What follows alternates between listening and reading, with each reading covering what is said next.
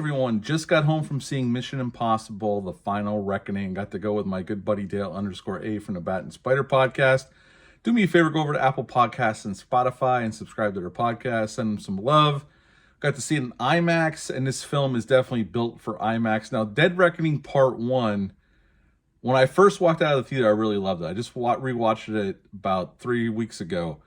And while it's still very impressive in terms of scale, scope, and action, I think the Entity as the main bad guy, they went a little too above their station with it. I think it's too heady, too much to explain. I think they kind of went too big in terms of...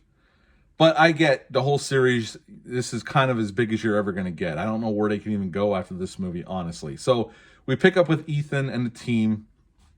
I'm not going to spoil anything.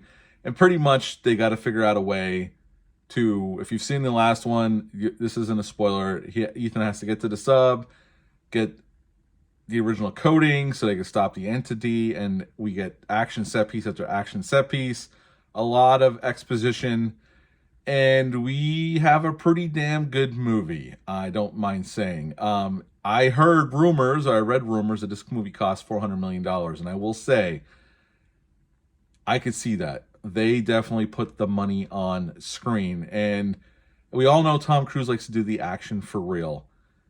Through the whole movie, you know, you have Marvel movies where they walk into a building and it's a green screen. They shot on a soundstage.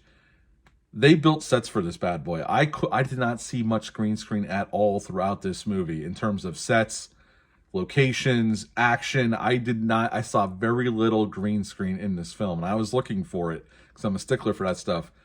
I mean, they were on real aircraft carriers, on real, you know, they did it. They went out there and did it, and it looks amazing.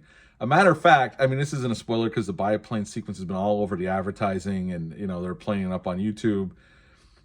It came a point in the movie where so much has happened, so much action, spectacular action, and I had forgotten about the biplane sequence. I really did. And then all of a sudden, this scene happens. I'm like, in my head it clicked. I'm like, oh, that's right. We haven't even seen the biplane sequence yet. It's spectacular. It goes on way longer than you probably think it will. It's amazing what Cruise is willing to do. He is definitely the last movie star we have, putting his body and his life on the line to give us some quality summer entertainment, I don't mind saying. Cruise gives it his all. Everybody's great here. The acting's top notch. We get a lot of callbacks to previous films. We get some answers from previous films we didn't know. We never got the answers to. And at the end of the movie, even though I know it's 2 hours and 49 minutes long, I never felt the runtime, in all honesty. It just went by. I didn't have no problem with the runtime.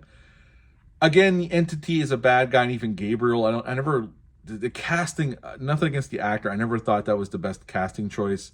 I didn't really care for his acting in the first part. I don't care for it here. But I will say, this is a more focused film than Dead Reckoning Part 1, I thought. It was a more cohesive story, not as fragmented. And there's some tremendous action with two sets of groups of people, and the way they edit it together is masterful. The movie's impeccably shot. It looks gorgeous, especially in IMAX. The sound design, the score, everything. At the end of the day, out of the theater, my initial reaction, I'm just going to give it the hell with it. I enjoyed this film that much, and it flew by. I'm going to give it a 9.5 out of 10. I don't know if it's going to keep that rating upon further rewatches. I wouldn't mind seeing it seeing it again in the theaters. I might end up doing that. I think it's worth seeing on the biggest screen you can get to see it on. But yes, 9.5 out of 10 for Mission Impossible, The Final Reckoning. Are you planning on seeing it this weekend? Do you like the Mission Impossible franchise? What's your favorite one so far? Leave a comment down below. Let me know. Hit the thumbs up. Hit the subscribe button. Share this video. I greatly would appreciate that. That's it for this one. Until next time. Bye.